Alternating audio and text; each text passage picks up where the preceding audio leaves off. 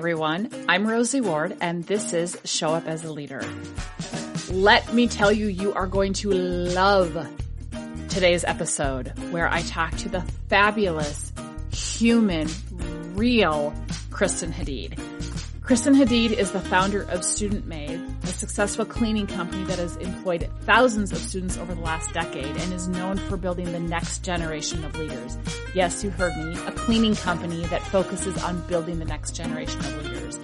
And in 2017, Kristen wrote a phenomenal book called Permission to Screw Up, where she unapologetically offers accounts of her biggest mistakes in leadership. And she has been on this journey since to openly share her stories of screwing up, to normalize it, and to help us reframe our narrative with failure. And she has such incredible wisdom and insights and is always so fully present. And just the gift of what she is bringing to the world is so amazing. And I always walk away from every interaction with her or reading her blog or any course she does feeling encouraged, coming up with nuggets that I can use to be a better version of myself, and so hopeful for a better future and a more human future. And so I hope you enjoy this episode, and I think you're going to get a lot out of it. Well, Kristen, thank you so much for being here. I know it's taken a bit to get this scheduled. I'm super excited that we're reconnecting and we're having this conversation. I am too. Thank you for having me. Absolutely. So obviously we met after your book came out, Permission to Screw Up, which I just love. And I have to tell you that, right, I think it was because you did like a Facebook Live with Simon, and I'm like, oh, Simon Sinek, I'm like, who's this Kristen Hadeed person, right? And I remember I was reading it and I was just like, yeah.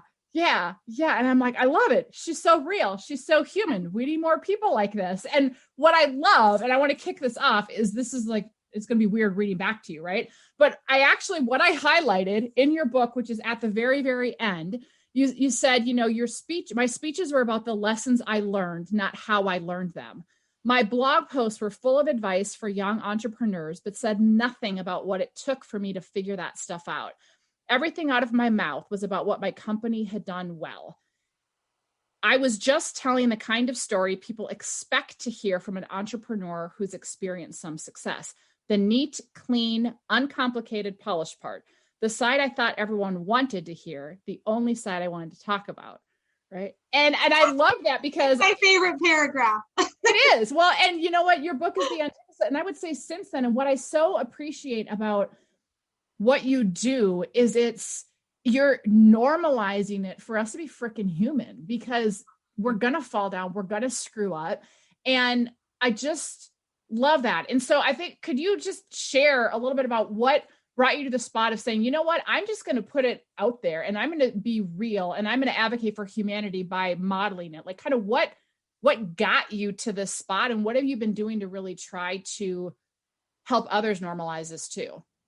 Well, what's interesting is I had always been, I would say, real, authentic, transparent, not afraid to talk about the things I had screwed up internally. So when it came to our team, our organization, that was never an issue for me. And we can talk more about kind of why that was.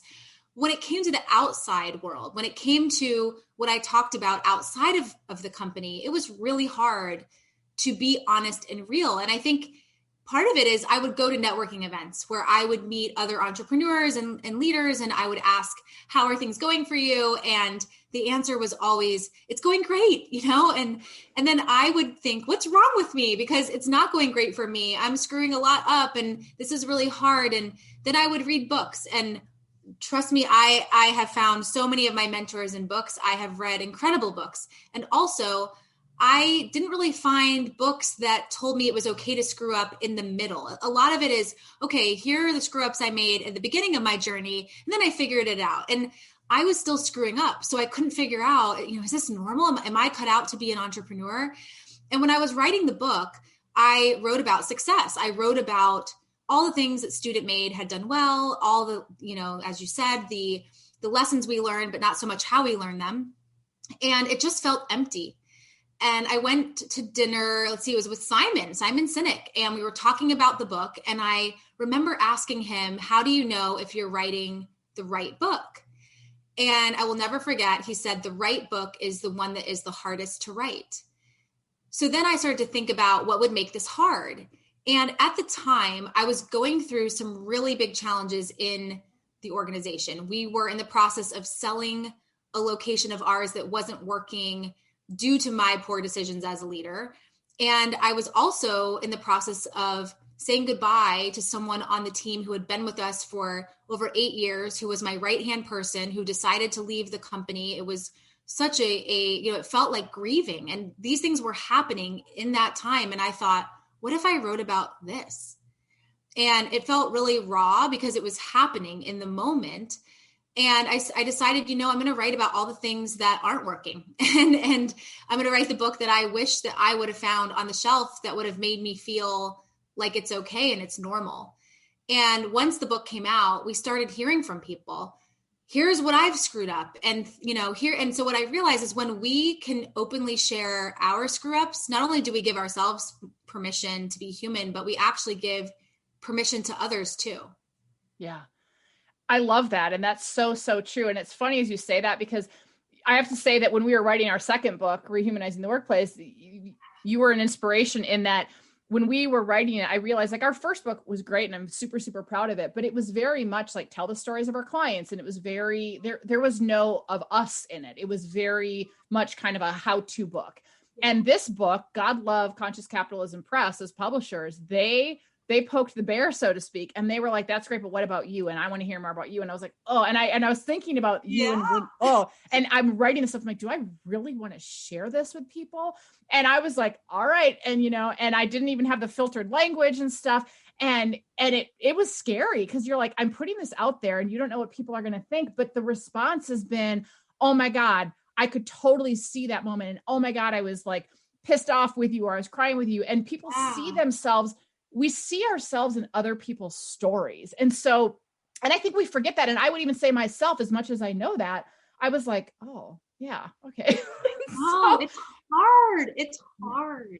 Yeah. It takes courage. And especially when you think about writing a book, once you put that out there, you can't take the words back, Yeah. I think going back to just my background and growing up, my parents really, they model vulnerability. And I remember at dinner, we would talk about what didn't go well today and what did we learn from it. And they would set the example. They would share in their day what they screwed up, what they got wrong, what they learned from it. They would ask my sister and I. So I learned from a very early age that failure equals growth. It's okay to talk about it. It's okay to learn from it. You can learn from it. That's the point. And so I think when it came to leading the company, this was my first job. I didn't have any real experience before this. So I just did what I had always been taught to do. Anytime I screwed up, I just owned it. I talked to the team about it. Then when the company started to grow and I started to go and meet other people, it's like the pressure of the outside world. And I think this idea that strong leadership, and I'm putting air quotes around strong, is you always have the answers and you're always confident. And it was that pressure that almost made me into someone else outside of the organization, if that makes sense. Yeah, it makes complete sense. And I think, we start to pay attention to others and we forget whose voice matters. And kudos to your parents, first of all, because that's not the norm. I mean, I definitely grew up like, if you're not perfect, you're going to get yelled at and whatnot. Right. And so for me, having to write that stuff was like, even though I had done a ton of inner work, it was like, oh God, like, okay, this is real, So, and I think that, so many of us, if we can model that for our kids, man, it would be so different. And I love that you're modeling that for your team. So can you speak a little bit, because yes, your Student Made is a cleaning service, but you're really teaching leadership skills, critical leadership skills, and setting the tone for how these students, once they graduate, are going to show up in the world. Can you talk a little about how it's morphed into that and what you're doing and what you're seeing as a result? Yeah. So it all happened quite by accident, as the company grew, I was having to learn a lot myself because this was my first real job, and everything that I was learning it for the first time. I mean, it started when I was 19, so I didn't really have any leadership or business experience at all. And I remember thinking, if I'm learning this, the team should learn this, because at one point in their life, they'll be faced with this. And I would love to equip them with the skills to be able to navigate it better. And it was just simple things like going to a networking event and having to introduce yourself. And the first time that I did that, it was really scary. So I told the team, hey, this is what I just did. If you want to learn about it and learn about how it went, come to the office and I'll get pizza. And everyone would show up. And then I would read a book about leadership. And I would say, I read this awesome book. If you want to learn about it, I'll tell you about it. Come and I'll get pizza. Everyone would show up. And at first I thought it was just the pizza. And then I tried to say they want pizza. They're hungry college kids. Yeah. Yeah. So then I did some where I didn't have pizza and they still showed up. No, but I saw that there was this real hunger for learning. And today it's a much more formal process. We say that we build leaders, that's the whole point. And we just so happen to clean toilets. And we have curriculum that we teach that's around giving and receiving feedback and how to build real connection and relationships, and what is vulnerability and what is empathy, and how do you find your strengths and how can you articulate them in an interview, and just things that have nothing to do with cleaning, but really have everything to do with success in our lives, and then we launch our people into the world to go make their mark on the world. So the business is actually designed to require people to move on. And one of the biggest things that I see and that we focus on is reframing the relationship and the narrative with failure. I will never forget, we did a workshop around what is your relationship with failure. And there was a student of ours, she was maybe 17, who said that whenever she didn't get an A on something, her parents would make her write 300 times on a piece of paper, I will not get another B, or I will not get another C. Oh God. Yeah. And, and so you think of if your experience is that, you basically, the message that you've been sent your whole life is perfection equals love. And now here you are in your first job and you're being asked to problem solve on the job. You're empowered to make decisions, yet you've been trained your whole life to perfect is the goal. And so you're almost afraid to make a decision or to try something because the last thing you want to do is fail, because your narrative with failure is that it's really bad. So we try extremely hard to help people understand the relationship with it. Where does it come from? And then the way that we reframe it is we really try to help people see that failure is growth. We actually have this exercise we call it a resilience resume. And what you do is you think back in your life and you identify all the hard things that you've been through, all the things you've screwed up, and you identify what you learned from them. And so then you end with this resume of all these mistakes, but also the gifts that they gave you. And it helps you begin to see failure as something that could actually be positive if we learn from it. Wouldn't that be incredible if, we teach resume writing in college or high school, that we actually taught a resilience resume? I remember when that came out in your blog, I was like, that is so fantastic, because I think we know, especially when we're facing all the crap that 2020 is throwing us right now, we think, oh, I'm not going to get through it. And it's like, well, okay, you've probably gotten through worse, or you've probably been face down in the dirt way worse than this. But we forget it when we're in that moment. Yeah. And I just keep a running doc of things that I've been through. And when I have a really hard moment, and believe me, there's been a lot this year, I just look back at it. And what I realize is, yeah, I don't have a pandemic on my resume, thanks to 2020, we all now will. But I can look at my resume and see times when I felt overwhelmed and uncertain and afraid and unsure. And it was a different experience, but I've had these feelings before. And not only did I survive, I learned something from it. So it's just that reminder that one day what we're going through right now will be on our resilience resume. I love that. Well, and we'll put it in the show notes, but I love that all of those courses, not all of them, but many of them you have put out as a pay what you can for people, which is so fantastic. So tell me, what was the decision behind, I know that's a Simon model too, pay what you can, but what was the decision to take the stuff internal and really make it broader? Well, when this really was one of the things that came out of the pandemic for us. We decided early on as a team that, we've never experienced a pandemic before as a team.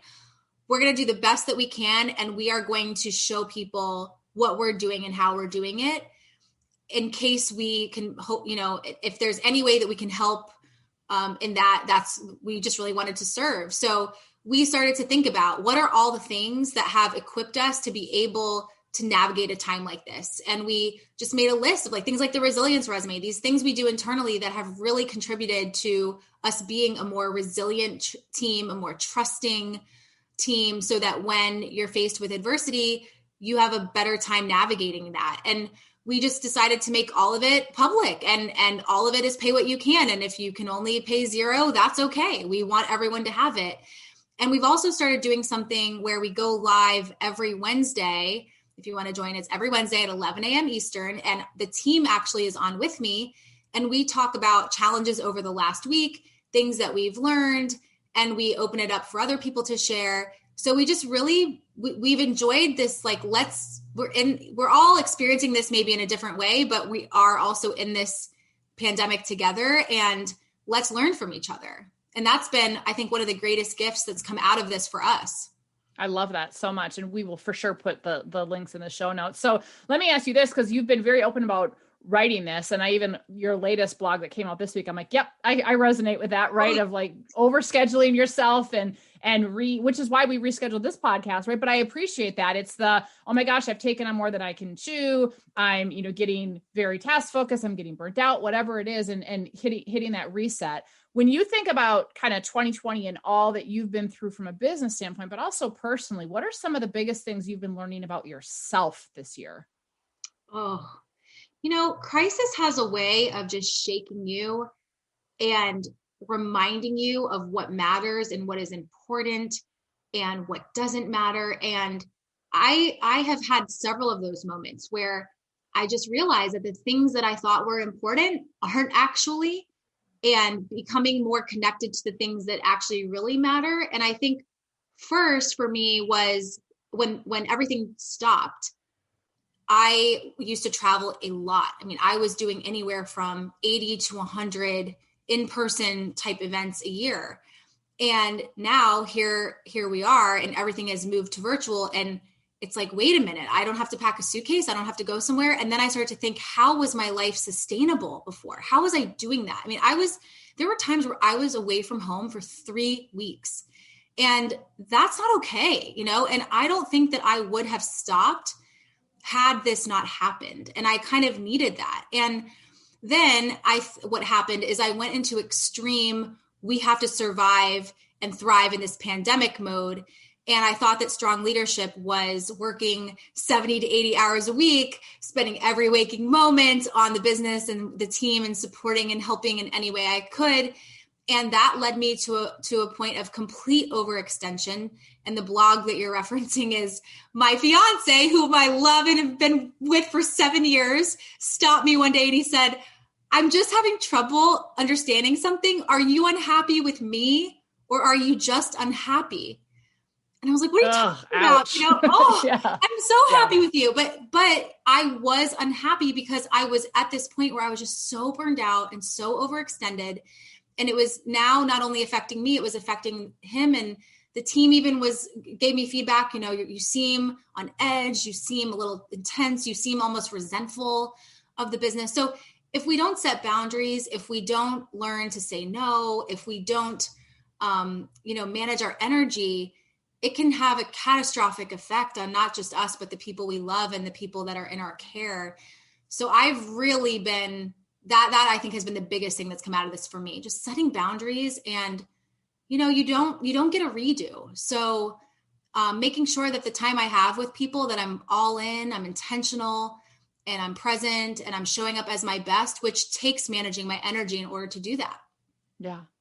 I love that so much. And I think I find myself having so many conversations this year with leaders I coach and teams I work with. And the boundary thing keeps coming up over and over. And those that have been working from home, because many are still frontline workers, but are finding themselves not taking breaks, actually working more hours because they can, because now they don't have a commute time, and they're running themselves ragged, and realizing, like, you know what, you can have a meeting that's 45 minutes instead of an hour and give yourself a breather in between. You don't have to schedule over your lunch. You can take a break, you can do this. And people aren't taking vacations because, well, I can't go anywhere. And so I just think that ability to recognize what we need to recharge and reset, and it's going to look different for everybody, is so important. So important.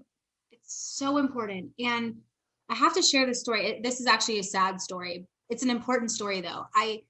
Maybe it was in April, I had a meeting with a client, a dear client, and it was a video, screen on Zoom meeting. And it was just one of those weeks for me where I was just at my limit. I couldn't wait for the day to be over and to shut my computer off. And I'm sure everyone can relate to a moment like this. It was 5:00 on a Friday. So this was like my last meeting of the week. And as we were meeting, an email came in and I was just like, I'm going to answer this email while we're meeting because I just want, when this meeting is over, to be done. So I did the whole mute myself, look like I'm paying attention, but off to the side, I'm writing an email. I can't tell you what we talked about in that meeting. What I remember is when I hung up, I felt bad because I just knew that I didn't show up as the person I really wanted to show up as. I thought about calling him and apologizing, and I didn't. And the very next day, he passed away from a major heart attack. And, 42 years old. And I was the last person he met with in his life. I was his last meeting, and I did not pay attention to him at all, and that moment really shook me because I started to think, how often do I do this to people where I'm half there? And ever since then, what I've done every day is I look at my schedule, I look at who I'm meeting with, and I set my intentions. And I actually write this little note card. I put it by my computer, and I can just look, today, my intentions for today are be all in, reach hearts through the screen, inspire action, anchor in love and compassion. And I have this by my computer, and I've looked at it all day, and it's just a reminder that this is the person I want to be. And there's nothing more important than showing up in this way, because at the end of our lives, we're not thinking, oh, I wish I would have answered more emails. It's like, how did I show up as a person? How did I make people feel?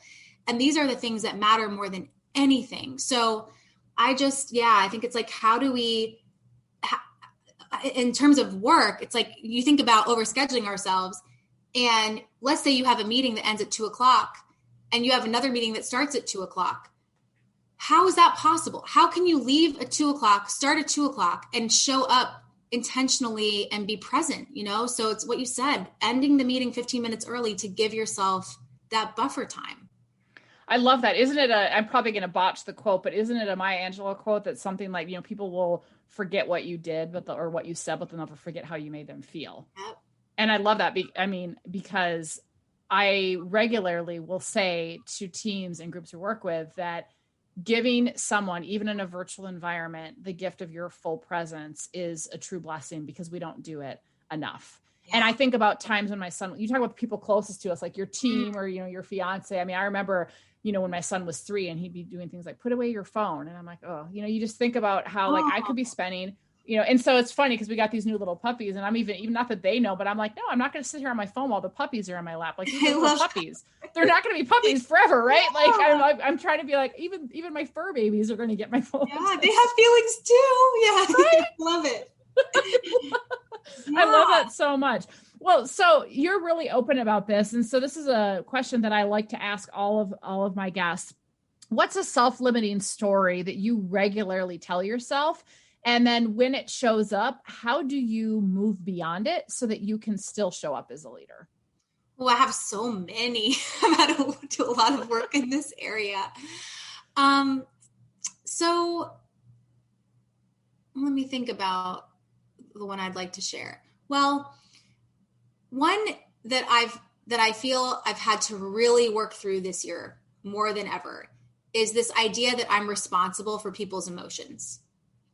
And it comes from when I was a kid, my mom was depressed, and I didn't understand mental health and depression. And, what I remember is that she was often sad. And as a kid, I wanted to make her happy. And so I would try to do anything I could to turn her day around. And by the way, she knows that I talk about this. So, and sometimes it worked. And so the message it sent me is I could change her emotions. And I put that on me, that it was my job. Like if she was having a sad day, it was my job to turn the day around and put a smile on her face, when in reality, she was the one turning her day around. It's just that as a kid, I didn't have that awareness. So as I grew up, I felt this extreme responsibility that anytime there was someone who was upset, it was my job to make them happy, afraid,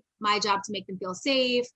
I always took that role in a relationship. And then when it came to leading a team, I would derail meetings because there would be someone in the meeting that wasn't happy with the result. And it's like, I'm determined to turn their emotion around so that we can end this meeting with everyone happy.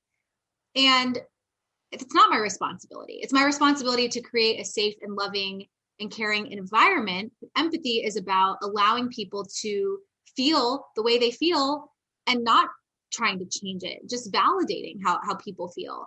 And I think in this year, there was nothing I could say or do to change emotions. People are afraid that they're going to get sick, that their loved ones are going to get sick. Well, what can I say? Because I have the same fear, Yep. And so it was a really powerful lesson. So I think it's just when I feel that belief coming on, I just have to remind myself internally, I'm not responsible for people's emotions. And empathy is listening, supporting, validating, making people feel heard and seen. It's not about trying to change the way they feel.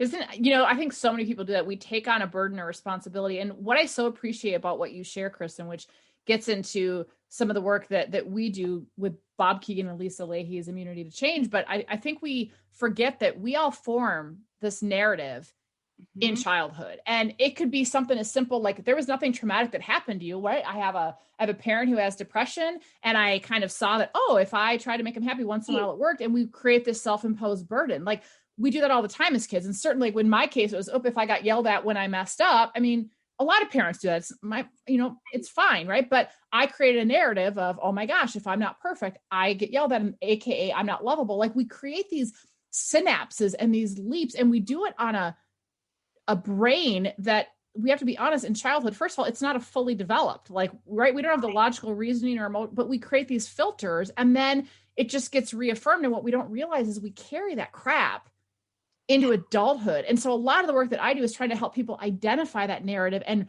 rewrite it, because it shows up freaking everywhere.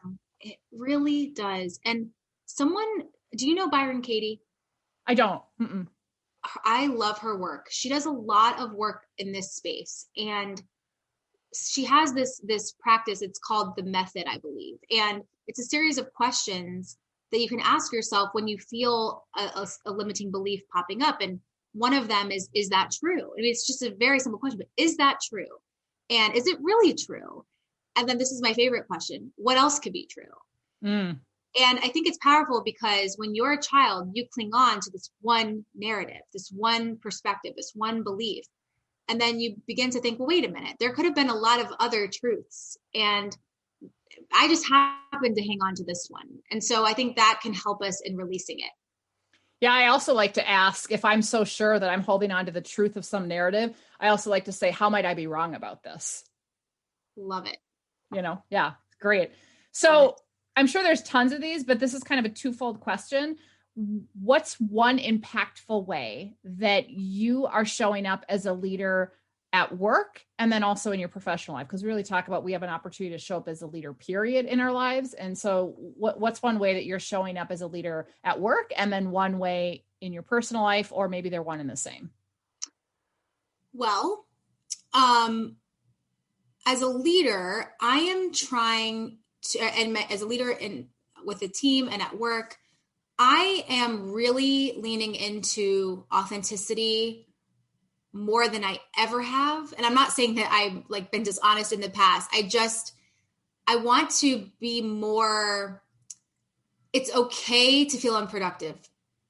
It's okay to say, I had a to-do list today and I can't even tell you what I did today because I sat in front of the computer and not one thing was crossed off my list. I think a lot of us are experiencing pandemic fatigue. I think, a lot of us have just days that are off days, and maybe we feel pressure to turn that around or to not acknowledge it. And so I've just tried to really create this space for when I'm having that day, leaning into it and telling the team, even if we don't have a meeting, schedule just like sending a message to the team. Hey team, just want to let you know I'm having this kind of day. And so if you're having this kind of day too, I feel you. And just, I think what it does is it gives people permission to feel the way they feel and that it's okay to feel that way. And not every day has to be the most productive day because it's just, we're human and this is really hard and we're allowed to have off days. In my personal life, I'm trying to think of ways to make people smile more than I ever have. And I'm a bonus mom. So to bring our 8-year-old into this, because this is a hard year for her, and I can think of a recent example. We had some neighbors over and both are really busy moms navigating virtual school, and they were just having a really hard day. And Evie is my bonus daughter. We decided to do something we called Operation Smile. And it was like, how do we surprise these two amazing neighbors of ours and put a smile on their face? And so we put together this care package and left it on their doorstep. And it was just something small, but it really, it brought a lot of joy. And I think for Evie, it was really cool to involve her in something like that. She's 8 years old. So showing her that even when times are really hard, you can still make a positive impact. I love that. You're teaching leadership to an 8-year-old, which is so fantastic. I love that. So I saw that you have a new course coming out because obviously a lot of what the work I do and even this podcast is really trying to help people be aware of the stories we tell ourselves that keep us safe and small. And so when I saw the new course you have coming out, I was like, ooh, yay, I'm going to have Kristen talk about it. Yay. So tell me what it is and kind of what brought you to create it and kind of what you're hoping to do with it. Yeah. So I've been having a lot of fun. We are doing live classes in Simon Sinek's classroom.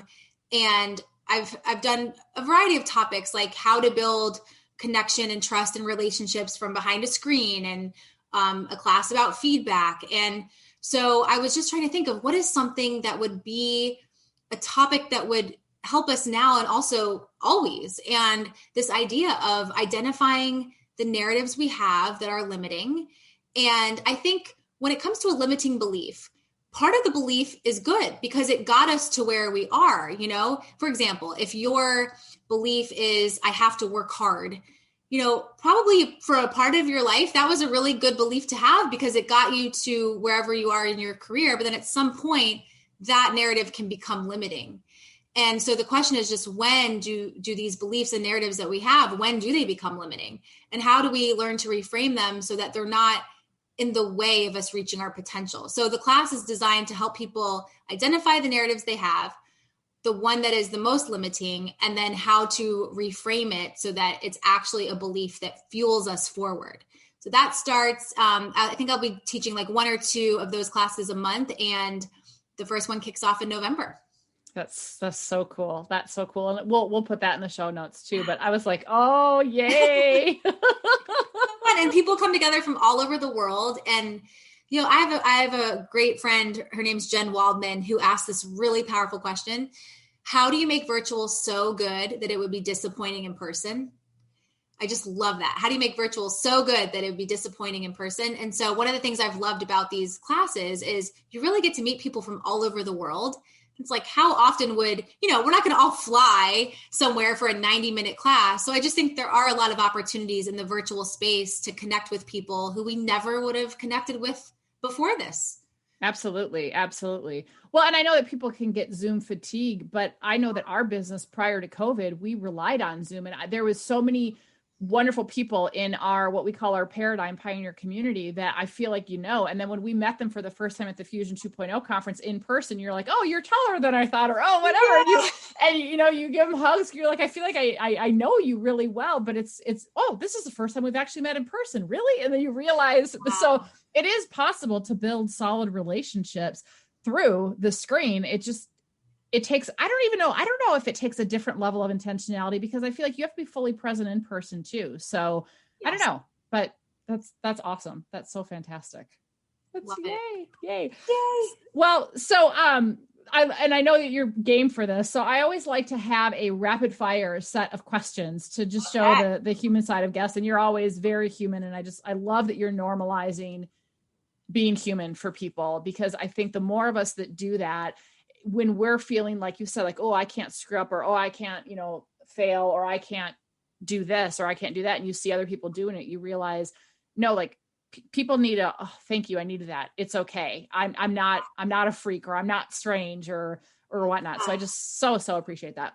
So you already talked about this, but fill in the blank. Living authentically is having the courage to be who you are instead of who you're pretending to be. Absolutely. Love that. When the world is presenting an opening, but you don't feel like showing up as a leader in that moment, what do you do? Give myself permission to have an off day. Right? They say, I don't need to be a leader today, right? I'm going to go be my alter ego. See you later. Peace out. When's the last time you were courageous, and how did you show up? So wait, I want to go back to the last. I just thought I will look at my resilience resume, and then I'll be reminded I can do it. Okay. Perfect. Ask the third question. Sorry. Okay. Repeat. I love that. Repeat. When's the last time you were courageous, and how did you show up? So this was this week. I had a meeting with our team. We have been reading a book called It Doesn't Have to Be Crazy at Work. And it's all about building a calm company. And I realized that our goals are not calm, that we are striving for a 43% growth rate between this last quarter and this quarter. So I decided to lower our goals, which is not something that they teach you to do in business school. And I think it took courage to do that. And I know that it was the right thing, because it's going to help us have a more calm company that, allows work to work with life. I love that. Well, and as Brene Brown always says, calm is contagious. So that's fantastic. Kudos to you for I'm sure that people also breathed the sigh of relief with that as well. Oh yeah, I did too. Good. They're like, whew, because she was a little crazy. I'm not going to lie. So what's something people would be surprised to know about you? I have a dream of being a singer. No way. I have a horrible voice. And I will practice. I mean, I will be by myself. Like if I'm alone, I will play karaoke versions of songs. I will record myself on my phone to hear myself. And then I play it back and I'm like, this is so bad. Oh my God. I have to tell you. One day I want to like win a karaoke contest in front of all my friends and be like, told you, but I don't know if that's ever going to happen. I love that so much. And I have to tell you, like, in that regard, you've got to be my sister from another mister, because no lie, when I was little, I used to always talk and sing into my thumb. Like I always had a microphone, and I used to try out for solos in the church choir. And I kept getting like basically told, like, stop trying out. Like, you don't have a good voice. And I would try out for like advanced choirs, and I would try out for musicals, and I just kept trying. And it's so funny, because I'm like, I really wish I could sing, and I will like sing along in the car, and then I'm like, oh, so, that is hilarious. Oh yeah. Maybe we'll do karaoke together. Yeah. Oh, all right. Okay, so this next one I like to use also as an icebreaker, but it's been super fun to do on this podcast. So I call it the 4 C's. So this is if reality didn't matter, if money was no object, right? You just, sky's the limit. What car would you have? What country would you visit? What cuisine would you eat? And it doesn't have to be related to the country. And then what celebrity, living or dead, would you want to eat that cuisine with? Okay, start with the first one again. Car. Uber, so that I don't have to drive. Next, I love that. Country. I would love to go to Palestine, because that's where my family's from, and I've never been. That's cool. What cuisine? So my favorites are sushi and barbecue. That's quite the spectrum. I could eat both all day. Barbecue sushi? No. And what celebrity, living or dead, would you want to have that cuisine with? Oh, without a doubt, RBG. Yes. I had a previous guest that too, for sure. Love it. Okay. Your favorite go-to movie? This is really hard for me. I actually do not have, so I love movies. I'll tell you about my most favorite recent movie. It's called My Octopus Teacher. It's a documentary on Netflix. It is fascinating about how this man becomes reconnected to his purpose in life by learning from an octopus. That's fantastic. Oh my God, I'm going to have to check that out. Okay. Yeah. Lessons show up in the strangest ways, don't they? Yes. Your go-to song is? Oh, I mean, of course, Whitney Houston. How Will I Know? Because that's an easy one for karaoke. How will I know? No, we don't. We're not going to like, oh, no, the listeners are like, please don't. Neither of you. Please don't sing. Okay. Your signature dance move. Oh, I do this like, well, it's hard to explain. I do this like thing where I like roll my hips. It's not cool. It's not a good look. We'll just call it the hip roll. It's all good. In another life, well, maybe it's the singer, but in another life, your job or career would be? I would have loved to be an attorney representing people who like high stakes things where they are innocent, and it's like I don't know how to explain it. It's like, this is the biggest trial and I have to help them and show that they're innocent. Something like that. My dad's an attorney, so maybe that's where it comes from. Got it. I would have loved to act, be an actress, I guess singer. Cool. That's cool. What's something you can't live without? My family. I know that's a cliche answer. No. I know for you, it's totally authentic. So that's awesome. Something in your ordinary daily life that makes your heart happy. Candles. No matter where I am, I have a candle lit. No, love all of them. And I have so many. I'm looking at 2 next to me right now that are lit. I love it. I used to have candles all over the place until we had kids, and then they all turned into the fake ones, you know, but yeah. I have a bunch of those all over now. So, and what are you grateful for right now? I'm grateful for so much right now.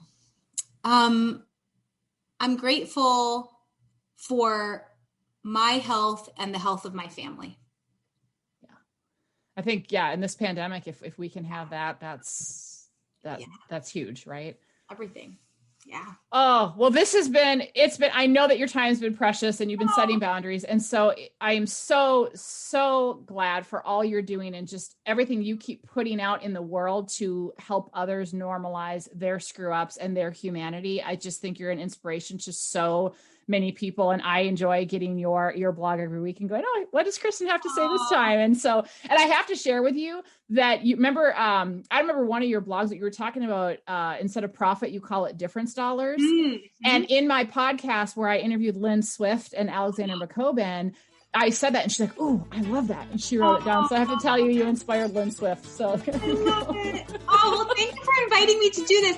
I always give a Zoom hug. So I know those listening can't see this, but imagine I'm giving you all we're doing Zoom hugs. Give you a hug through this screen. Oh, I love it. Thank you so much. And thank you for the support you've given to our book and just everything you're doing. And